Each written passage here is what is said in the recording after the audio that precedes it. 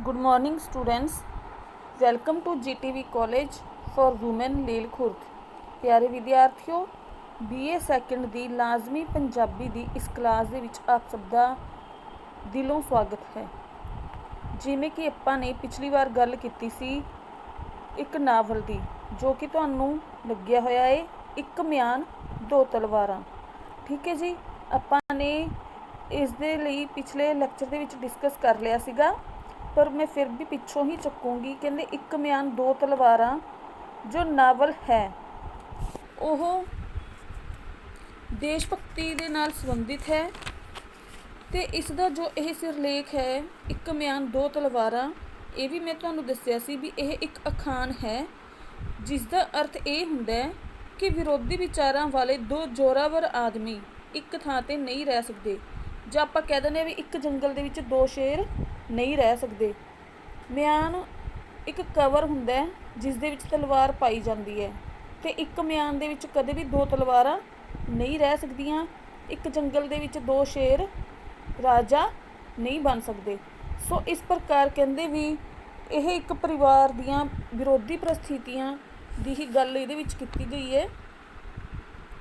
ठीक है जी, उन्हां दे विचारां दा आपसी विरोध ही है जिस करके उन्हां दे घर दे विच तनाव भी पैदा हुंदा है, ते जिस दे कारण जिसदा सिटा दोहे जियां दी मौत ही निकलदा हुंदा है, दोवां दे विचों कोई भी नहीं बचदा। सो इस तरह कहंदे इस नावल दे विच जो दिखाया गया है, जो इसका उद्देश है ओह कि ये कहते 1914-15 ਦੇ ਵਿੱਚ ਭਾਰਤ ਦੀ ਜੰਗ ਆਜ਼ਾਦੀ ਦਾ ਬਿਗਲ ਵਜਾ ਰਹੇ ਕੁਰਬਾਨੀਆਂ ਕਰਨ ਵਾਲੇ ਗਦਰੀ ਦੇਸ਼ ਭਗਤਿਆਂ ਦੇ ਕਾਰਨਾਮੇ ਅਤੇ ਸ਼ਹੀਦਾਂ ਦਾ ਜ਼ਿਕਰ ਕਰਕੇ ਕਿ ਇਹ ਸਾਡੇ ਅੰਦਰ ਦੇਸ਼ ਭਗਤੀ ਦੀ ਭਾਵਨਾ ਪੈਦਾ ਕਰਨਾ ਹੈ। ਕਹਿੰਦੇ ਇਹ ਨਾਵਲ ਸਾਨੂੰ ਪ੍ਰੇਰਨਾ ਦਿੰਦਾ ਹੈ ਕਿ ਜਿਸ ਤਰ੍ਹਾਂ ਦੇਸ਼ ਦੀ ਆਜ਼ਾਦੀ ਤੇ ਰੱਖਿਆ ਦੇ ਲਈ ਸਾਨੂੰ ਵੀ ਉਸੇ ਪ੍ਰਕਾਰ ਹੀ ਬੇਖੌਫ ਹੋ ਕੇ हौसले दे नाल की है कुर्बानियां करनियां चाहिए ने, जिस प्रकार गदरी देश भगतां ने आज़ादी प्राप्त करन दे लई कीतियां तनो अते मनो। सो इस तरह इस दे विच जो इसदा मेन पात्र है वह करतार सिंह सराभा है। जेकर आपां इस नावल की गल करिए, इस नावल दे कुल 44 कांड हैं जिसनों नावलकार ने 3 भागां दे विच वंडिया है। पहले भाग दे विच 1 तो लैके 10 तक कांड ने, दूसरे भाग दे विच 11 तो 25, तीसरे विच 26 तो 44। पर कहंदे इस नावल का जो आरंभ हुंदा है वह दयाला सिंह दे नाल हुंदा है। ठीक है जी, दयाला सिंह इस दे विच सब तो पहला एंट्री करता है, जो कि इस तरह का व्यक्ति है दयाला सिंह। कहंदे दयाला सिंह की है एक बहुत ही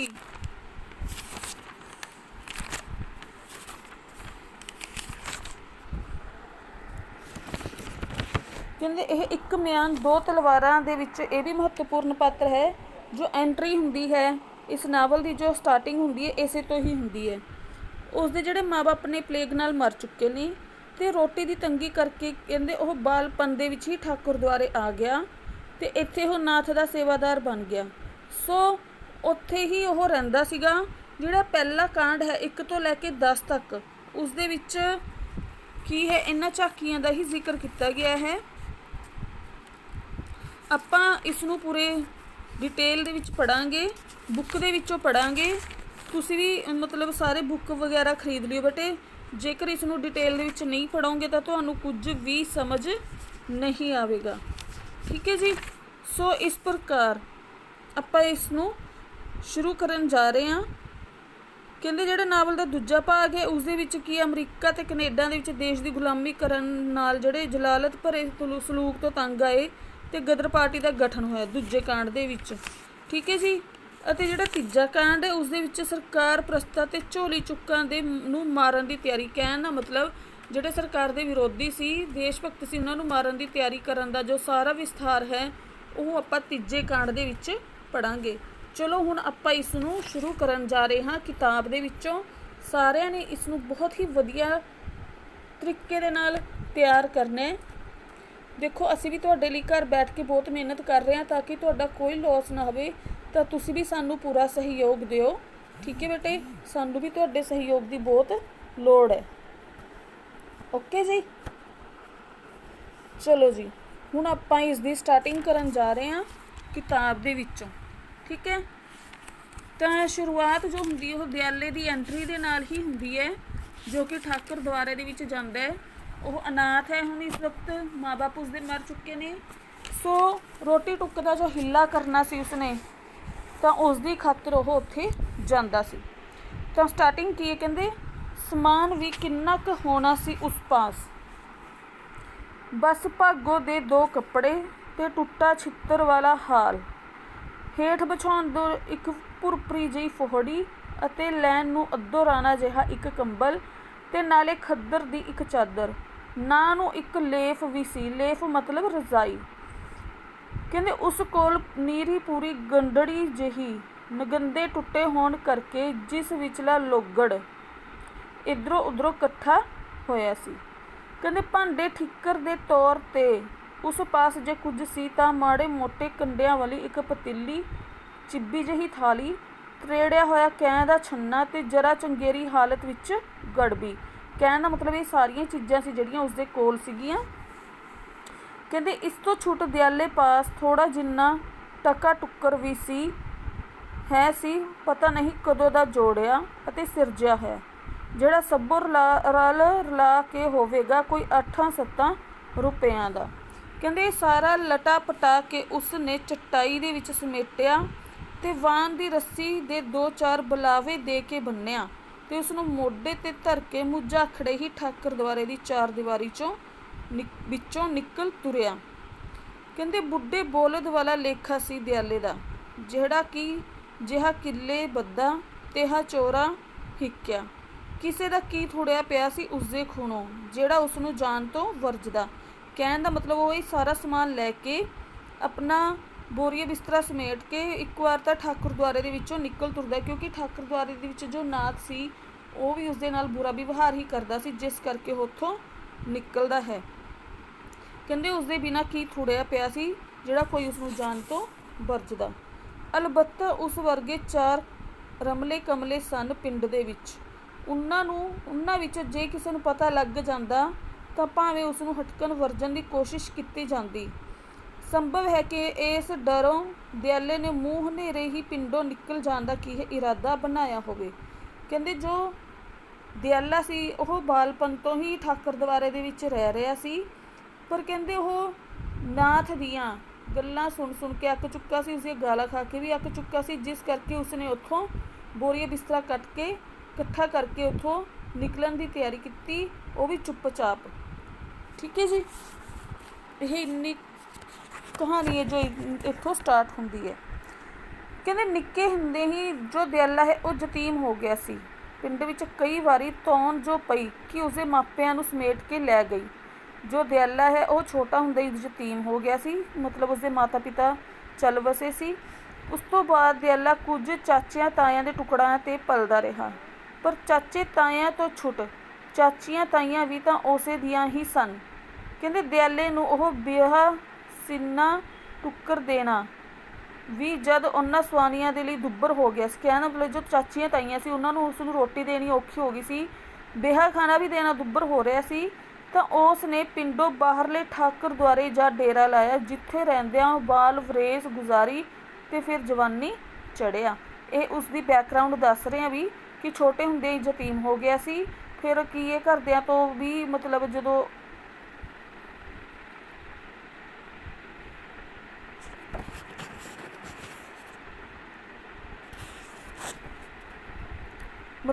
ਘਰਦਿਆਂ ਕੋਲੋਂ ਵੀ ਉਸਨੂੰ ਰੋਟੀ ਪਾਣੀ ਨਾ ਦਿੱਤਾ ਗਿਆ ਤਾਂ ਉਸ ਨੇ ਠਾਕੁਰ ਦੁਆਰੇ ਜਾ ਕੇ ਡੇਰਾ ਲਾਇਆ। ਉਸ ਟਾਈਮ ਤੋਂ ਹੀ ਠਾਕੁਰ ਦੁਆਰੇ ਦੇ ਵਿੱਚ ਉਹ ਰਹਿ ਰਿਹਾ ਸੀ। ਕਹਿੰਦੇ ਉਂਝ ਤਾਂ ਦਿਆਲਾ ਚੰਗੇ ਖਾਂਦੇ ਪੀਂਦੇ ਇੱਕ ਖਤਰਮੇ ਕੋੜਮੇ ਦੇ ਵਿੱਚੋਂ ਸੀ ਵੀ ਮਾਪਿਆਂ ਦੀ ਇਕਲੌਤੀ ਸੰਤਾਨ, ਪਰ ਕਹਿੰਦੇ ਹੋਣੀ ਦੀ ਕੁਟਲਤਾ ਨੇ ਵਿਚਾਰੇ ਨੂੰ ਜ਼ਿੰਦਗੀ ਦੇ ਹਰ ਪੱਖ ਤੋਂ ਵਾਂਝਿਆ ਕਰ ਦਿੱਤਾ। ਕਹਿਣ ਦਾ ਮਤਲਬ ਉਸਦੀ ਜੋ ਕਿਸਮਤ ਸੀ ਉਹ ਬਹੁਤ ਕੁਟਿਲ ਸੀ, ਜਿਸ ਕਾਰਨ ਉਸਨੂੰ ਹਰ ਪੱਖ ਤੋਂ ਕੀ ਵਾਂਝਿਆ ਕਰ ਦਿੱਤਾ। ਨਾ ਉਸਨੂੰ ਕੋਈ ਚੱਜ ਦਾ ਰੁਜ਼ਗਾਰ ਮਿਲਿਆ, ਮਾਂ ਬਾਪ ਵੀ ਉਸ ਤੋਂ ਖੋਹ ਲਏ ਗਏ। ਕਹਿੰਦੇ ਉਸਦੇ ਚਚੇਰੇ ਅਤੇ ਫੁਫੇਰੇ ਭਰਾ ਭਾਈ ਇਸੇ ਚੱਕ ਜਾਨੀ ਦੇ ਲਾਗਲੇ ਪਿੰਡ ਪਿੰਨਣਵਾਲ, ਚੱਕ ਛਾਦੀ, ਸ਼ੇਰਪੁਰ ਆਦਿ ਗਿਰਾਵਾਂ ਦੇ ਵਿੱਚ ਆਪਣਾ ਪਿਤਾ ਪੁਰਖੀ ਕਿੱਤਾ ਵਣਜ ਵਪਾਰ ਕਰਦੇ ਰਾਗ ਰੰਗੀ ਵਸਦੇ ਸਨ। ਪਰ ਦਿਆਲੇ ਵਿਚਾਰੇ ਦੇ ਕਰਮਾਂ ਵਿੱਚ ਤਾਂ ਧੁਰ ਦਰਗਾਹ ਤੋਂ ਹੀ ਲਿਖੀਆਂ ਰੋਟੀਆਂ ਉੱਤੇ ਥੋਮ ਤੋਂ ਵੱਧ ਕੁਝ ਨਹੀਂ ਸੀ, ਅਤੇ ਨਾ ਹੀ ਕਿਸੇ ਉਸ ਦੇ ਪੇਟ 'ਚ 4 ਅੱਖਰ ਪਾਏ, ਨਾ ਉਸਨੂੰ ਕੋਈ ਚੱਜ ਸ਼ੌਰ ਆਇਆ। ਨੀਰਾ ਬੁੱਸਰ ਦਾ ਬੁੱਸਰ। ਅਤੇ ਇਦੋਂ ਵੀ ਵੱਡੀ ਬਦਕਿਸਮਤੀ ਉਹਦੀ ਇਹ ਹੈ ਕਿ ਕੱਦ ਵੱਲੋਂ ਗਿੱਠ ਮੁੱਠੀ ਅਤੇ ਸ਼ਕਲ ਵੱਲੋਂ ਵੀ ਕਸਰਵੰਦਾ ਜਿਹਾ ਸੀ। ਕਹਿੰਦੇ ਰੰਗ ਉਸਦਾ ਅਸਲ ਤੋਂ ਹੀ ਆਬਨੂਸੀ ਤਾਂ ਨਹੀਂ ਸੀ, ਜਿਹੋ ਜਿਹਾ ਅਫਰੀਕੀ ਹਬਸ਼ੀਆਂ ਦਾ ਹੁੰਦਾ ਹੈ, ਪਰ ਬਰਸਾਤੀ ਬੱਦਲਾਂ ਵਾਂਗ ਜ਼ਰੂਰ ਸੀ। ਇੰਨਾ ਹੀ ਕਾਰਨਾਂ ਕਰਕੇ ਦਿਆਲਾ ਨਾ ਤਾਂ 3 ਵਿੱਚ ਸੀ, ਨਾ 13 ਵਿੱਚ। ਕਹਿਣ ਦਾ ਮਤਲਬ ਨਾ ਤਾਂ ਉਹ ਸੋਹਣਾ ਸੀ, ਨਾ ਉਹ ਲੰਬਾ ਸੀ, ਨਾ ਹੀ ਉਸਦਾ ਕੋਈ ਰੁਜ਼ਗਾਰ ਵਧੀਆ ਸੀ। ਉਸ ਕਹਿੰਦੇ ਫਿਰ ਬਸ ਠਾਕਰ ਦੁਆਰੇ ਦੇ ਮੰਡੇ ਛੱਕ ਛੱਡਦਾ ਅਤੇ ਦਿਨ ਗੁਜ਼ਾਰਦਾ। ਮੰਡੇ ਮਤਲਬ ਰੋਟੀ ਪ੍ਰਸ਼ਾਦੇ, ਠੀਕ ਹੈ ਜੀ। ਅਲਬੱਤਾ ਮਤਲਬ ਭਾਵੇਂ। ਕਹਿੰਦੇ ਹਰ ਪੱਖ ਤੋਂ ਸਿਫਰ ਹੋਣ 'ਤੇ ਵੀ ਦਿਆਲੇ ਦੇ ਵਿੱਚ ਇੱਕ ਗੁਣ ਸੀ ਜੋ ਇਸ ਨੂੰ ਕੋਈ ਗੁਣ ਸਮਝੇ। ਇਹ ਸੀ ਧਰਮ ਨੇਮ ਦੇ ਵਿੱਚ ਉਸਦੀ ਪੱਕਿਆਈ। ਕਹਿਣ ਦਾ ਮਤਲਬ ਧਰਮ ਦੇ ਪੱਖ ਤੋਂ ਉਹ ਪੱਕਾ ਸੀ। ਧਾਰਮਿਕਤਾ ਦੇ ਕੁਝ ਵਿਸ਼ੇਸ਼ ਕਾਰਨ ਸਨ, ਨਹੀਂ ਤੇ ਸੰਭਵ ਸੀ ਕਿ ਉਹ ਵੀ ਉਸੇ ਤੋਂ ਵੀ ਬਿਰਵਾ ਹੀ ਰਹਿੰਦਾ। ਕਹਿੰਦੇ ਦਿਆਲੇ ਦੇ ਵੱਡ ਵਡੇਰੇ ਸੋਢੀ ਸਾਹਿਬਜ਼ਾਦਿਆਂ ਦੇ ਸਿੱਖ ਅਥਵਾ ਸੇਵਕ ਸਨ। ਜਿਹੜੇ ਦਿਆਲੇ ਦੇ ਵੱਡ ਵਡੇਰੇ ਸੀ ਉਹ ਸੋਢੀ ਖਾਨਦਾਨ ਦੇ ਵਿੱਚੋਂ ਸੀ, ਜੋ ਕਿ ਸਾਹਿਬਜ਼ਾਦਿਆਂ ਦੇ ਸਿੱਖ ਅਥਵਾ ਸੇਵਕ ਸਨ। ਅਤੇ ਵਡਿਆਈ ਦੀ ਪ੍ਰਥਾ ਉਸ ਨੂੰ ਵਿਰਸੇ ਦੇ ਵਿੱਚ ਮਿਲੀ ਸੀ। ਜਿਹੜੇ ਆਪਣੇ ਪਹਿਲਾਂ ਗੁਰੂ ਹੋਏ ਨੇ, ਵੀ 10 ਗੁਰੂ ਹੋਏ ਨੇ, ਉਹ ਇਹਨਾਂ ਕਾਸਟਾਂ ਦੇ ਵਿੱਚ ਸੀ। ਕੋਈ ਖੱਤਰੀ ਸੀ, ਕੋਈ ਭੱਲਾ ਜਾਤੀ ਦਾ ਸੀ, ਕੋਈ ਸੋਢੀ ਸੀ। ਤਾਂ ਕਹਿੰਦੇ ਇਸ ਤਰ੍ਹਾਂ ਜਿਹੜਾ ਦਿਆਲਾ ਸੀ ਉਹ ਵੀ ਉਹਨਾਂ ਖਾਨਦਾਨ ਦੇ ਵਿੱਚੋਂ ਹੀ ਸੀ, ਠੀਕ ਹੈ। ਇਸ ਗੱਲ ਦਾ ਉਸਨੂੰ ਮਾਣ ਮਹਿਸੂਸ ਹੁੰਦਾ ਸੀ, ਜਿਸ ਕਰਕੇ ਇਹ ਪ੍ਰਥਾ, ਵੱਡਿਆਂ ਦੀ ਪ੍ਰਥਾ ਉਸਨੂੰ ਵਿਰਸੇ ਦੇ ਵਿੱਚ ਮਿਲੀ। ਕਹਿੰਦੇ ਆਪਣੇ ਸਾਹਿਬਾਂ ਆਪਣੇ ਗੁਰੂਆਂ ਤੋਂ, ਆਪਣੇ ਜਿਹੜੇ ਵੱਡੇ ਸਾਹਿਬਜ਼ਾਦੇ ਨੇ ਉਹਨਾਂ ਤੋਂ ਦਿਆਲੇ ਦੀ ਅਟੁੱਟ ਅਤੇ ਡੂੰਘੀ ਸ਼ਰਧਾ ਸੀ। ਕਹਿੰਦੇ ਵਰੇ ਛਮਾਹੀ ਜਦ ਕਦੇ ਵੀ ਸਾਹਿਬਾਂ ਦੀ ਸਵਾਰੀ ਆ ਰਹੀ ਬਾਰੇ ਉਸਨੂੰ ਖਬਰ ਲੱਗਦੀ ਤਾਂ ਉਹ ਅੱਗਲ ਵਾਂਡੇ ਹੀ ਕਈ ਕੋਹਾਂ ਦਾ ਪੰਧ ਮਾਰ ਕੇ ਜਾ ਪਹੁੰਚਦਾ। ਕਹਿੰਦੇ ਜਿੰਨਾ ਚਿਰ ਇਲਾਕੇ ਦੇ ਵਿੱਚ ਸਾਹਿਬਾਂ ਦਾ ਦੌਰਾ ਜਾਰੀ ਰਹਿੰਦਾ, ਦਿਆਲਾ ਪਰਛਾਵੇਂ ਦੇ ਵਾਂਗ ਉਹਨਾਂ ਦੇ ਨਾਲ ਨਾਲ ਹੁੰਦਾ ਤੇ ਦਿਨ ਰਾਤ ਖੜੀ ਲੱਤ ਤੇ ਸੇਵਾ ਵਿੱਚ ਜੁਟਿਆ ਰਹਿੰਦਾ। ਕਹਿੰਦੇ ਮਤਾਂ ਉਸ ਵਰਗੇ ਨਕਾਰੇ ਬੰਦੇ ਉੱਤੇ ਵੀ ਸਾਹਿਬਾਂ ਦੀ ਹੋ ਸਕਦਾ ਕਿਰਪਾ ਹੋ ਜਾਵੇ ਅਤੇ ਕਿਸੇ ਗਿਣਤੀ ਦੇ ਵਿੱਚ ਗਿਣਿਆ ਜਾਣ ਜੋਗਾ ਹੋ ਜਾਵੇ। ਕਹਿੰਦੇ ਇਹ ਨਿਸ਼ਚੇ ਦੇ ਵਿੱਚ ਇਹ ਗੱਲ ਸਮਾਈ ਹੋਈ ਸੀ ਕਿ ਕਿਸ ਉੱਤੇ ਸਾਹਿਬਾਂ ਦੀ ਮਿਹਰ ਹੋ ਜਾਏ ਤੇ ਉਸਨੂੰ 9 ਨੀਦਾਂ ਤੇ 18 ਸਿੱਧੀਆਂ ਪ੍ਰਾਪਤ ਹੋ ਜਾਂਦੀਆਂ ਨੇ। ਘਰ ਦੇ ਵਿੱਚ ਅਮੀਰੀ ਰਹਿੰਦੀ ਹੈ, ਠੀਕ ਹੈ। 18 ਸਿੱਧਾਂ ਦੀਆਂ ਕੀ ਨੇ ਪ੍ਰਾਪਤੀਆਂ ਹੁੰਦੀਆਂ ਨੇ।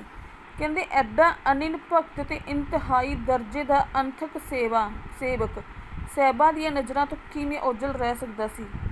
ਭਾਵੇਂ ਸਿੱਖ ਸੇਵਕਾਂ ਦੇ ਕਿੰਨੇ ਹੀ ਸੰਘਣੇ ਝੁਰਮੜ ਦੇ ਵਿੱਚ ਸਾਹਿਬ ਘਿਰੇ ਹੋਣ, ਦਿਆਲੇ ਨੂੰ ਇੱਕ ਵਾਰੀ ਆਪਣੇ ਸਾਹਿਬਾਂ ਦੀ ਥਾਪੀ ਪ੍ਰਾਪਤ ਹੋ ਚੁੱਕੀ ਸੀ। ਕਹਿੰਦੇ ਸਾਹਿਬਾਂ ਨੇ ਵੀ ਉਸਦੀ ਪ੍ਰਸ਼ੰਸਾ ਕੀਤੀ, ਬਲਕਿ ਇੱਕ ਵਾਰੀ ਤਾਂ ਨਿਹਾਲ ਹੋ ਕੇ ਸਾਹਿਬਾਂ ਨੇ ਉਸਨੂੰ ਵਰਦਾਨ ਵੀ ਬਖਸ਼ ਦਿੱਤਾ ਸੀ ਵੀ ਦਿਆਲਿਆ, ਸਮਾਂ ਆਉਣ ਵਾਲਾ ਹੈ ਜਦੋਂ ਤੂੰ ਦਿਆਲੇ ਤੋਂ ਜ਼ਰੂਰ ਦੇਵੀ ਦਿਆਲ ਹੋ ਜਾਏਗਾ। ਇਸ ਦਾ ਅਰਥ ਇਹ ਸੀ ਕਿ ਇੱਕ ਦਿਨ ਉਸ ਉੱਤੇ ਦੇਵੀ ਮਾਤਾ ਦੀ ਦਿਆਲਤਾ ਹੋਵੇਗੀ। ਕਹਿੰਦੇ ਇਹ ਵਰਦਾਨ ਐਸਾ ਨਹੀਂ ਸੀ ਕਿ ਜਿਸ ਨੂੰ ਦਿਆਲੇ ਨੇ ਕਦੇ ਨਾ ਭੁਲਾਇਆ ਹੋਵੇ। ਵਰਿਆਂ ਉੱਤੇ ਵਰੇ ਬੀਤਦੇ ਚਲੇ ਗਏ। ਦਿਆਲਾ ਬੜੀ ਉਤਸੁਕਤਾ ਦੇ ਨਾਲ ਦੇਵੀ ਮਾਤਾ ਦੀ ਦਿਆਲਤਾ ਨੂੰ ਕੀ ਹੈ ਉਡੀਕਦਾ ਚਲਾ ਗਿਆ। ਕਹਿੰਦੇ ਇਸ ਵਿਚਾਲੇ ਜਦੋਂ ਵੀ ਸਾਹਿਬਾਂ ਦੀ ਵਾਰੀ ਆਉਂਦੀ, ਤਦ ਉਹ ਸਾਹਿਬਾਂ ਦੇ ਚਰਨਾਂ ਦੇ ਵਿੱਚ ਅਰਜ਼ੋਈਆਂ ਕਰਦਾ, ਸੱਚੇ ਪਾਤਸ਼ਾਹੋ, ਕਦੋਂ ਤੱਕ ਦੇਵੀ ਦੀ ਮਿਹਰ ਹੋਵੇਗੀ ਮੇਰੇ ਉੱਤੇ। ਮੈਂ ਹਰ ਵਾਰੀ ਸਾਹਿਬਾਂ ਦਾ ਫਰਮਾਨ ਹੁੰਦਾ ਕਿ ਸਬਰ ਦੇ ਫਲ ਮਿੱਠੇ ਹੁੰਦੇ ਨੇ ਪ੍ਰੇਮੀਆਂ, ਕਾਹਲੇ ਨਾ ਪਓ, ਧਰਮ ਕਰਮ ਵੱਲ ਬਿਰਤੀ ਲਾਈ ਰੱਖਿਆ ਕਰ। ਅਤੇ ਦਿਆਲਾ ਇੱਕ ਇਸ ਆਸ਼ਵਾਸਨ ਨੂੰ ਪਾ ਕੇ ਨਵੇਂ ਉਤਸ਼ਾਹ ਤੇ ਨਵੀਂ ਉਮੰਗ ਦੇ ਨਾਲ ਜੁਟ ਜਾਂਦਾ ਤੇ ਧਰਮ ਕਰਮ ਵੱਲ। ਕਹਿੰਦੇ ਪੂਜਾ ਪਾਠ ਦੇ ਤੌਰ ਤੇ ਤਾਂ ਦਿਆਲੇ ਪਾਸ ਜੇ ਕੁਝ ਸੀ ਤਾਂ ਕੇਵਲ 2 ਮੰਤਰ, ਜਪਜੀ ਦੀਆਂ 5 ਪੌੜੀਆਂ ਤੇ ਗਾਇਤਰੀ ਦੇ ਇੰਨੇ ਕੁ ਸ਼ਲੋਕ ਜਿਹੜੇ ਉਸਨੇ ਕਿਸੇ ਪ੍ਰੇਮੀ ਪਾਸੋਂ ਮੂੰਹ ਜਵਾਨੀ ਕੰਠ ਕਰ ਲਏ ਸਨ। ਕਹਿੰਦੇ ਮੀਂਹ ਜਾਏ ਝੱਖੜ ਜਾਏ, ਦਿਆਲੇ ਦੇ ਨਿਤਨੇਮ ਦੇ ਵਿੱਚ ਕਦੇ ਫਰਕ ਨਹੀਂ ਸੀ ਪੈਂਦਾ। ਪ੍ਰਭਾਤ ਵੇਲੇ ਉਹ ਖੂਹ ਤੇ ਇਸ਼ਨਾਨ ਕਰਕੇ ਅਤੇ ਜੇ ਖੂਹ ਨਾ ਵਗਦਾ ਹੋਵੇ ਤਾਂ ਛੱਪੜ ਟੋਬੇ ਦੇ ਵਿੱਚ ਟੁੱਬੀ ਲਾ ਕੇ ਠਾਕੁਰ ਦੁਆਰੇ ਕੀ ਹੈ ਜਾ ਪਹੁੰਚਦਾ, ਜਿੱਥੇ ਵਿਹੜੇ ਵਾਲੇ ਪਿੱਪਲ ਹੇਠ ਥੜੇ ਉੱਤੇ ਝੁੰਗਲ ਮਾਟਾ ਕਰਕੇ ਬੈਠ ਜਾਂਦਾ। ਪਹਿਲਾਂ ਕਾਫੀ ਚਿਰ ਗਾਇਤਰੀ ਦਾ ਸ਼ਲੋਕ,